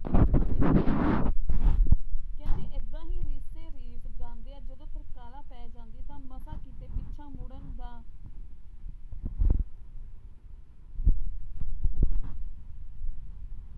ਕਹਿੰਦੇ ਏਦਾਂ ਹੀ ਰੀਸੋ ਰੀਸੀ ਗਾਉਂਦਿਆਂ ਜਦੋਂ ਤਰਕਾਲਾਂ ਪੈ ਜਾਂਦੀਆਂ ਤਾਂ ਮਸਾਂ ਕਿਤੇ ਪਿੱਛੇ ਮੁੜਨ ਦਾ ਇਹਨਾਂ ਨੂੰ ਚੇਤਾ ਆਉਂਦਾ। ਕਹਿੰਦੇ ਜਦੋਂ ਇਸ ਕਿਸਮ ਦੀ ਪਿਕਨਿਕ ਤੋਂ ਬਾਅਦ ਦਿਆਲਾ ਸੁੱਤੇ ਪਏ ਠਾਕੁਰ ਦੁਆਰੇ ਆ ਵੜਦਾ ਤਾਂ ਨਾਥ ਆਪਣੀ ਜ਼ਬਾਨ ਦੀ ਛੁਰੀ ਸਾਨ ਲਾ ਕੇ ਤਿਆਰ ਰੱਖੀ ਹੁੰਦੀ। ਜਿਹੜਾ ਇੱਕੋ ਸਾਹ ਦਿਆਲੇ ਨੂੰ ਸਲਵਾਤ ਉੱਤੇ ਸਲਵਾਤ ਸੁਣਾਈ ਚਲਾ ਜਾਂਦਾ। ਪਰ ਕਹਿੰਦੇ ਇੱਧਰ ਸਾਰੀ ਦਿਹਾੜੀ ਤੇ ਮਾਨੇ ਹੋਏ ਮੌਜ ਮੇਲੇ ਨੇ ਦਿਆਲੇ ਨੂੰ ਇਤਨਾ ਨਸ਼ਾਇਆ ਹੁੰਦਾ ਸੀ ਕਿ ਨਾਥ ਦੀਆਂ ਸਲਵਾਤਾਂ ਮਤਲਬ ਗਾਲਾਂ ਦਾ ਉਸ ਉੱਤੇ ਕੋਈ ਵੀ ਅਸਰ ਨਾ ਹੁੰਦਾ। ਬਚਾਓ ਦੀ ਸੂਰਤ ਵਿੱਚ ਜੇ ਕੋਈ ਹੁੰਦੀ ਤਾਂ ਬਾਲਣ ਦਾ ਉਹ ਭਾਰਾ ਗੱਠਾ ਜਿਹੜਾ ਕਿ ਨਾਥ ਦੀ ਧੂਣੀ ਦੇ ਲਈ ਦਿਆਲੇ ਤੇ ਉਸਦੇ ਦੋਸਤਾਂ ਨੇ ਵਾਪਸੀ ਤੇ ਇਕੱਠਾ ਕੀਤਾ ਹੁੰਦਾ ਉਹ ਕਰ ਲਿਆਂਦਾ ਸੀ। ਇਸ ਕਿਸਮ ਦੀਆਂ ਅਲਬੇਲੀਆਂ ਸੈਰਾਂ ਤੇ ਮੌਜ ਮੇਲੇ ਕਰਦਿਆਂ ਦਿਆਲੇ ਨੂੰ ਕਿੰਨੇ ਸਾਲ ਹੀ ਗੁਜ਼ਰ ਗਏ ਸਨ। ਕਹਿੰਦੇ ਉਦੋਂ ਉਸਨੂੰ ਸੁਪਨੇ ਦੇ ਵਿੱਚ ਵੀ ਖਿਆਲ ਨਹੀਂ ਸੀ ਆਇਆ ਕਿ ਇੱਕ ਦਿਨ ਇਸ ਪਿੰਡ ਦਾ ਵਾਸ ਅਤੇ ਨਾਲੋਂ ਜਿੰਦ ਨਾਲੋਂ ਪਿਆਰੇ ਬੇਲੇ ਦੀਆਂ ਸੈਰਾਂ ਸਣੇ ਹਾਨੀਆਂ ਛੱਡ ਤੁਰ ਪਏਗਾ। ਪਰ ਇਹ ਤਾਂ ਚਿਰੋਕੀਆਂ ਗੱਲਾਂ ਸਨ ਉਦੋਂ ਦੀਆਂ ਜਦੋਂ ਦਿਆਲਾ ਮੁੰਡਾ ਖੁੰਡਾ ਹੁੰਦਾ ਸੀ ਜਾਂ ਵੱਧ ਤੋਂ ਵੱਧ ਮੁੱਛ ਫੁੱਟ। ਪਰ ਹੁਣ ਤਾਂ ਉਹ ਨਾ ਮੁੰਡਾ ਹੈ ਨਾ ਮੁੱਛ ਫੁੱਟ ਹੈ ਬਲਕਿ ਪੂਰਾ ਆਦਮੀ ਬਣ ਚੁੱਕਾ ਹੈ। ਕਹਿੰਦੇ ਪਿੰਡ ਥਾਵਾਂ ਦੇ ਛੋਹਰ ਸ਼ਹਿਰੀ ਮੁੰਡਿਆਂ ਦੇ ਵਾਂਗ ਝਟਪਟ ਜਵਾਨ ਨਹੀਂ ਹੋ ਜਾਂਦੇ। ਮੁਸਪਟਵੀਂ ਉਮਰੇ ਤਾਂ ਉਹ ਗੁੱਲੀ ਡੰਡਾ ਖੇਡਣ ਤੋਂ ਹੀ ਵਿਹਲੇ ਨਹੀਂ ਹੁੰਦੇ। ਕਹਿੰਦੇ ਜਦੋਂ ਸ਼ਹਿਰੀ ਮੁੰਡਿਆਂ ਨੂੰ ਇਸੇ ਉਮਰ ਪਰੀਆਂ ਦੇ ਸੁਪਨੇ ਆਉਣੇ ਸ਼ੁਰੂ ਹੋ ਜਾਇਆ ਕਰਦੇ ਸਨ ਫਿਰ ਦਿਆਲਾ ਤਾਂ ਹੈ ਹੀ ਨੀਰਾ ਦੋਲਾ ਮੋਲਾ ਸੀ। ਸੋ ਉਸ ਉੱਤੇ ਆਉਣ ਲੱਗਿਆਂ ਜਵਾਨੀ ਨੇ ਆਮ ਨਾਲੋਂ ਕੁਝ ਜ਼ਿਆਦਾ ਦੇਰ ਲਾ ਦਿੱਤੀ ਹੋਵੇ ਤਾਂ ਕੋਈ ਅਨੋਖੀ ਗੱਲ ਨਹੀਂ ਸੀ। ਪਰ ਕਹਿੰਦੇ ਜਿੰਨੀ ਇਹ ਪਛੜ ਕੇ ਆਈ ਸੀ ਓਨੀ ਹੀ ਵਿਲੱਖਣਤਾ ਅਤੇ ਉਤੇਜਨਾ ਲੈ ਕੇ ਆਈ ਸੀ। ਅਤੇ ਜਵਾਨੀ ਦੇ ਨਾਲ ਨਾਲ ਇੱਕ ਵਿਸ਼ੇਸ਼ ਮਨੋਵਿਕਾਰ ਨੇ ਉਸਨੂੰ ਅੰਦਰੋਂ ਉਕਸਾਉਣਾ ਸ਼ੁਰੂ ਕਰ ਦਿੱਤਾ। ਖੁਦਦਾਰੀ ਜਾਂ ਸਵੈਮਾਨ ਦੇ ਜਜ਼ਬੇ ਨੇ ਕਦੀ ਕਦੀ ਉਹ ਏਦਾਂ ਦੀਆਂ ਸੋਚਣ ਲੱਗ ਪੈਂਦਾ ਕਿ ਮੇਰੀ ਕਿਸਮਤ ਵਿੱਚ ਬਸ ਇਹੀ ਠਾਕੇ ਦੁਆਰੇ ਦੀ ਜੋ ਵਲਗਣ ਲਿਖੀ ਹੋਈ ਹੈ ਜਾਂ ਨਾਥ ਦੀ ਹਕੂਮਤ ਕਿ ਮੇਰਾ ਮਰਦਾਊ ਉੱਕਾ ਹੀ ਰੁੜ ਪਿਆ ਗਿਆ ਹੈ। ਖਾਸ ਕਰਕੇ ਪਿਛਲੇ ਸਾਲ ਤੋਂ ਜਦ ਤੋਂ ਲਾਮ ਲੱਗੀ ਦਿਆਲੇ ਦਾ ਮਨ ਕੁਝ ਵਧੇਰੇ ਅਮੋੜ ਜਿਹਾ ਬਣ ਗਿਆ। ਉਸਨੇ ਵੇਖਦਿਆਂ ਹੀ ਵੇਖਦਿਆਂ ਕਈ ਬਰਾਦਰੀ ਦੇ ਆਦਮੀ ਜਿਨ੍ਹਾਂ ਨੇ ਸਰਕਾਰੀ ਠੇਕੇ ਆਦਿ ਲੈ ਲਏ ਸਨ ਗਰੀਬ ਤੋਂ ਅਮੀਰ ਬਣ ਗਏ ਸਨ। ਕਹਿੰਦੇ ਪਿੰਡਾਂ ਦੇ ਅਨੇਕ ਗੱਭਰੂ ਭਰਤੀ ਹੋ ਕੇ ਲਾਮ ਵਿੱਚ ਵੀ ਚਲੇ ਗਏ ਜਿਨ੍ਹਾਂ ਵੱਲੋਂ ਹਰ ਵੇਲੇ ਬੁੱਕ ਰੁਪਈਏ ਮਨੀ ਆਰਡਰ ਰਾਹੀਂ ਉਹਨਾਂ ਦੇ ਸੰਬੰਧੀਆਂ ਨੂੰ ਆਇਆ ਕਰਦੇ ਸਨ ਕਿ ਸਾਰੇ ਇਲਾਕੇ ਜਾਂ ਆਲੇ ਦੁਆਲੇ ਵਿੱਚ ਕੋਈ ਵੀ ਉਸ ਵਰਗਾ ਨਿਖੱਟੂ ਹੈ। ਆਖਿਰ ਕਦ ਤੱਕ ਉਹ ਨਿਕੰਮੇ ਗਡੋਏ ਵਾਂਗ ਧਰਤੀ ਤੇ ਰੀਂਗਦਾ ਰਹੇਗਾ। ਨਾਥ ਦੀ ਵੀ ਤਾਂ ਹੁਣ ਕੰਧੀ ਉੱਤੇ ਰੁਖੜੀ ਵਾਲੀ ਹਾਲਤ ਹੈ। ਭਲਕੇ ਜੇ ਅੱਖਾਂ ਮੀਟ ਜਾਵੇ ਤਾਂ ਖੰਨੀ ਚੱਪਾ ਟੁਕੜਾ ਦਾ ਆਸਰਾ ਵੀ ਉਸ ਲਈ ਖਤਮ ਹੋ ਜਾਏਗਾ ਤਾਂ ਕਿ ਛੇਕੜ ਉਸਨੂੰ ਭੁੱਖਿਆਂ ਦੇ ਨਾਲ ਅੱਡੀਆਂ ਵੀ ਰਗੜਨੀਆਂ ਪੈਣਗੀਆਂ ਤੇ ਦਮ ਵੀ ਤੋੜਨਾ ਪਏਗਾ। ਕਹਿੰਦੇ ਜਵਾਨੀ ਨਿਰੀ ਹੀ ਜਵਾਨੀ ਨਹੀਂ ਹੁੰਦੀ ਇਹ ਮਸਤਾਨੀ ਵੀ ਹੁੰਦੀ ਹੈ ਤੇ ਮਸਤਾਨੀ ਹੋ ਕੇ ਇਹ ਬਿਨਾਂ ਖੰਭਾਂ ਤੋਂ ਆਕਾਸ਼ੀ ਉੱਡਣ ਦੀਆਂ ਗੱਲਾਂ ਵੀ ਸੋਚਿਆ ਕਰਦੀ ਹੈ। ਕਹਿੰਦੇ ਇਹ ਤਦ ਨੀਰਾ ਅੱਖਾਂ ਖੋਲ ਕੇ ਤੁਰਨ ਵਿੱਚ ਸੰਤੁਸ਼ਟ ਨਹੀਂ ਹੁੰਦੀ ਬਲਕਿ ਦੂਸਰੀਆਂ ਅੱਖਾਂ ਦੇ ਵਿੱਚ ਝਾਕਣ ਲਈ ਵੀ ਕੀ ਹੈ ਉਤਸੁਕ ਹੋ ਉੱਠਦੀ ਹੈ। ਸੋ ਕਹਿੰਦੇ ਦਿਆਲਾ ਜਿਹੜਾ ਕਿ ਉਸ ਆਦਮੀ ਦੇ ਨਾਲੋਂ ਹਰ ਪਾਸਿਓਂ ਕੱਸਾ ਤੇ ਊਣ ਸੀ ਜਿਹੜਾ ਆਪਣੀ ਜ਼ਿੰਦਗੀ ਦੇ ਉਖੜੇ ਪੁਖੜੇ ਰੋੜੇ ਨੂੰ ਕਿਸੇ ਵੀ ਸੜਕੇ ਤੋਰਨ ਦੀ ਕਾਬਲੀਅਤ ਨਹੀਂ ਸੀ ਰੱਖਦਾ। ਜਿੱਧਰ ਜਾਂਦਾ ਹੈ ਜਾਏ ਜਿੱਥੇ ਰੁਕਦਾ ਹੈ ਰੁਕੇ। ਪਰ ਕੀ ਜਵਾਨੀ ਦੀ ਆਮਦ ਨੇ ਉਸਦੇ ਅੰਦਰ ਕੋਈ ਉਥਲ ਪੁਥਲ ਨਹੀਂ ਮਚਾਈ ਹੋਵੇਗੀ ਕਿ ਉਸਦੇ ਵਿਗਾਰਾਂ ਵਿੱਚ ਉਸਨੇ ਅਨਵੇਖੀ ਦੁਨੀਆ ਨੂੰ ਵੇਖਣ ਲਈ ਕੀ ਹਲਚਲ ਨਹੀਂ ਮੱਚੀ ਹੋਵੇਗੀ। ਸੋ ਕਹਿੰਦੇ ਇੱਕ ਵਕਤ ਸੀ ਜਦੋਂ ਇਹੋ ਜਿਹੀਆਂ ਗੱਲਾਂ ਉਸਦੀ ਸਮਝ ਤੋਂ ਬਾਹਰ ਦੀਆਂ ਸਨ। ਪਰ ਜਿਉਂ-ਜਿਉਂ ਜਵਾਨੀ ਦੀਆਂ ਕਹਿੰਦੇ ਤਰੰਗਾਂ ਪ੍ਰਬਲ ਹੁੰਦੀਆਂ ਗਈਆਂ ਉਸਨੂੰ ਆਪਣੇ ਅੰਦਰ ਹੋਰ ਤਰ੍ਹਾਂ ਦਾ ਅਨੁਭਵ ਹੋਣ ਲੱਗਾ। ਮੰਦਰ ਦੀ ਪਿਛਵਾੜੇ ਵਾਲੀ ਉਹ ਚੁਰ ਜਿਹੀ ਕੋਠੜੀ, ਜਿਹੜੀ ਹੁਣ ਪਹਿਲਾਂ ਜਿੰਨੀ ਨਿੱਘੀ ਤੇ ਸੁਖਦਾਈ ਨਹੀਂ ਸੀ ਜਾਪਦੀ, ਨਾਥ ਦੀਆਂ ਗਾਲਾਂ ਤੇ ਫਿਟਕਾਰਾਂ ਜੋ ਪਹਿਲਾਂ ਹੀ ਉਹਨੂੰ ਝੱਟ ਪਲ ਤੋਂ ਵਧੇਕ ਔਖੀਆਂ ਨਹੀਂ ਸਨ ਰੱਖਦੀਆਂ, ਕਹਿੰਦੇ ਹੁਣ ਕਈ ਦਿਨਾਂ ਤੱਕ ਉਸਨੂੰ ਨਿੰਦਰ ਹਰਾਮ ਕਰੀ ਰੱਖਦੀਆਂ। ਮੰਗ ਕੇ ਲਿਆਈਆਂ ਹੋਈਆਂ ਨਾਥ ਦੀਆਂ ਰੋਟੀਆਂ ਦੇ ਵਿੱਚੋਂ ਉਸਨੂੰ ਪਹਿਲਾਂ ਵਰਗਾ ਕੀ ਹੈ ਸਵਾਦ ਨਹੀਂ ਸੀ ਆਉਂਦਾ। ਸੋ ਕਹਿੰਦੇ ਇਸ ਕਿਸਮ ਦੀ ਤਬਦੀਲੀ ਕਦ ਤੋਂ ਉਸਦੇ ਅੰਦਰ ਆਉਣੀ ਸ਼ੁਰੂ ਹੋਈ, ਦਿਆਲਾ ਇਸਦੇ ਬਾਰੇ ਕੁਝ ਨਹੀਂ ਸੀ ਜਾਣਦਾ ਤੇ ਨਾ ਹੀ ਇਸ ਤਬਦੀਲੀ ਦੀ ਕੋਈ ਰੂਪ ਰੇਖਾ ਸੀ ਤੇ ਆਪਣੇ ਅੰਦਰੋਂ ਲੱਭਦੀ। ਪਰ ਇਤਨੀ ਗੱਲ ਉਹ ਅਨੁਭਵ ਕਰਨ ਲੱਗ ਪਿਆ ਸੀ ਕਿ ਉਹ ਅਸੰਤੁਸ਼ਟ ਰਹਿੰਦਾ ਹੈ, ਉਕਤਾਇਆ ਰਹਿੰਦਾ ਹੈ। ਕਦੀ ਕਦੀ ਉਸਦੇ ਅੰਦਰ ਇਸ ਕਿਸਮ ਦੀ ਉਸਕਾਹਟ ਵੀ ਪੈਦਾ ਹੁੰਦੀ ਲੱਗਦੀ, ਜਿਸ ਬਾਰੇ ਉਹ ਨਹੀਂ ਜਾਣਦਾ ਕਿ ਇਹ ਕੀ ਹੈ ਤੇ ਇਹ ਕਿਉਂ ਹੈ।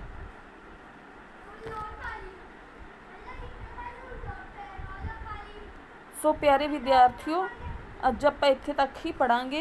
ਇਸ ਤੋਂ ਬਾਅਦ ਤਾਂ ਲੈਕਚਰ ਫਿਰ ਬਹੁਤ ਜ਼ਿਆਦਾ ਲੰਬਾ ਹੋ ਜਾਊਗਾ, ਠੀਕ ਹੈ ਜੀ।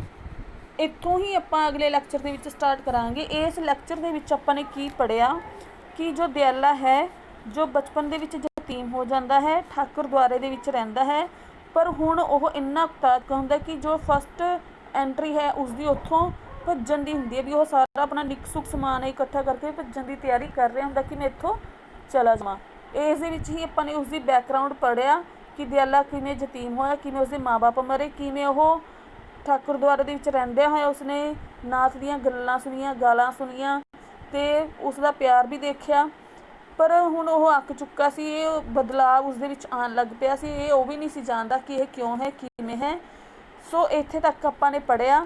ਹੁਣ ਅੱਗੇ ਜੋ ਪੜ੍ਹਾਂਗੇ ਆਪਾਂ ਅਗਲੇ ਲੈਕਚਰ ਦੇ ਵਿੱਚ ਪੜ੍ਹਾਂਗੇ। ਬਹੁਤ ਬਹੁਤ ਧੰਨਵਾਦ।